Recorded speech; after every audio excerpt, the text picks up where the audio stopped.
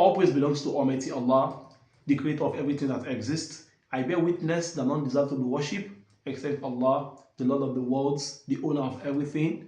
And I bear witness that Muhammad is one of his messengers and prophets sent for the guidance of humanity. Today's discussion will be centered on why do we choose Islam above all other belief systems?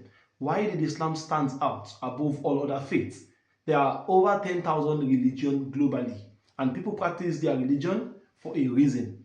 But why did we believe that Islam is the real one amongst all these belief systems? And why are we firm upon this faith? So this is what we'll be discussing today. And the main target audience for this particular lesson of mine are those who are trying to navigate through religion and choose the one that best aligns with evidence, with logic, with common sense, with rationality, and for those who just became Muslims, to give them more reason, to give them more, more justification for their acceptance of Islam. And for those who are already in Islam, those who are already Muslims, to give them more reason to be firm upon their faith, to be much more convinced that they made the right decision and they are upon the right path to salvation. We have different belief systems. We have monotheism, we have polytheism, we have pantheism, we have atheism, we have deism, we have agnosticism. This belief system, I use the word belief system because there are different categories of religion under each of these belief systems. For the polytheism belief system, they are the beliefs, the religion that believe that there is different divine being that manages the affairs of the cosmos. Like they believe that there are different gods, different idols, different divine being that deserves to be worshipped, that administers the affairs of the world. Religions such as Hinduism, Buddhism, African traditional religion. So these are major polytheistic faiths.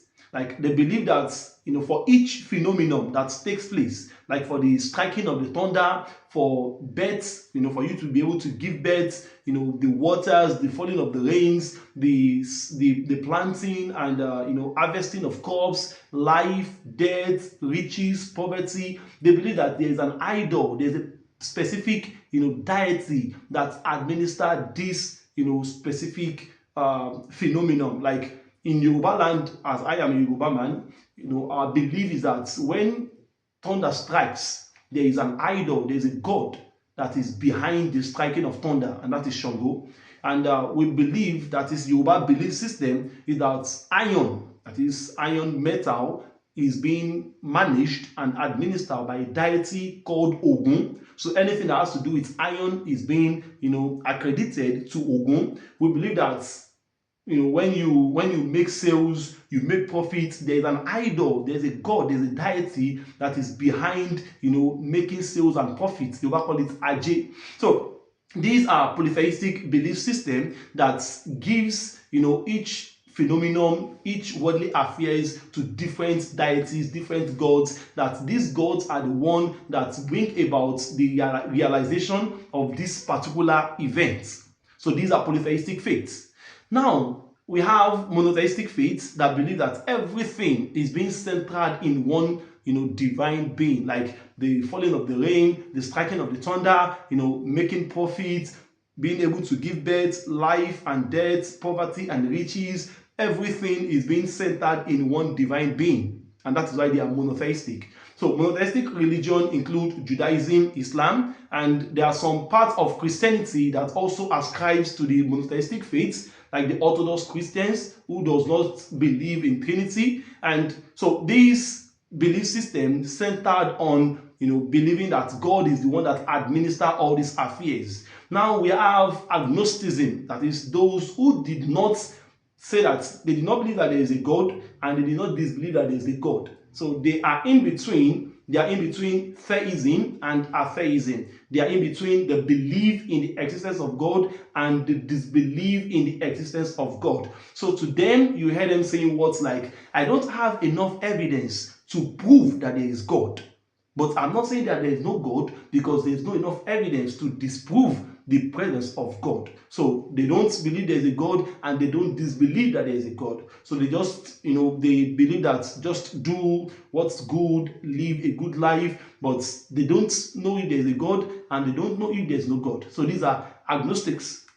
We have people who are deists. Deists are those, the belief system is centered on the belief that there's a God, there's a divine being who created everything, who perfected everything. But the deist belief system tells us that after God created everything, he handed over everything to humanity. And God does not care about how everything is being run. He does not interfere in the administering of the worldly affairs. Like, he is not concerned. He created everything, then he rested, and just leave everything out to the human hand. Like, he's not interested in any religious activities or any, like, he's not concerned. He just created it, then he removed his hand in the administering of the worldly affairs. So these are deists. Then we have people who are atheists, that is those who disbelieve totally in the existence of a divine being. They disbelieve, they said it is not, there is no enough evidence to prove that there is God, because to them, if there is God, then he should be bold enough to show himself to us. So seeing is believing, and since they've not been able to see God, then they disbelieve in the existence of God, because if he really exists, then he should present himself and let's see him. So because we're unable to see him, then the atheists said they did not believe in the existence of any divine being, and to them, they say everything that happens, the rising of the sun, the setting of the sun, the everything, like life, death, riches, poverty, giving birth, all of these things, to them, they believe it happens out of accidents. Like, it's just nature that is manipulating everything. There is no divine intelligence behind all these things. It just happens as it's being, programmed to happen without there being any programmer behind the programming of the world. So this is the atheist belief system. So we have different belief systems, but these are the major belief systems. So we have polytheism, like I explained initially. We have monotheism. We also have henotheism. So henotheism is the belief system that is in between polytheism and monotheism. Like, henotheism believes that there is a God, but they also believe that there are other gods, even though they don't worship those gods, but they also believe that there are other gods that also deserve to be worshipped by those worshiping them. Like, Buddhism is also a major part of henotheism. When you see most Buddhists, they ascribe themselves to a particular god, to a particular idol, but they did not disbelieve in other gods that others are worshipping, but they don't worship them, but they affirm that those gods can also be worshipped by those worshipping them. So they are trying to merge between monotheism and polytheism. Now, out of all these belief systems, what are their evidences and what is against them? Because when it comes to matter of religious belief like this, we should not dogmatically follow any belief system unless there is enough substantial and rational, logical, intellectual evidence to support or oppose whatever we will be believing or disbelieving in. Now, for the polytheists, those who believe in the existence of multiple idols, multiple gods, multiple deities, multiple divine beings who administers the worldly affairs,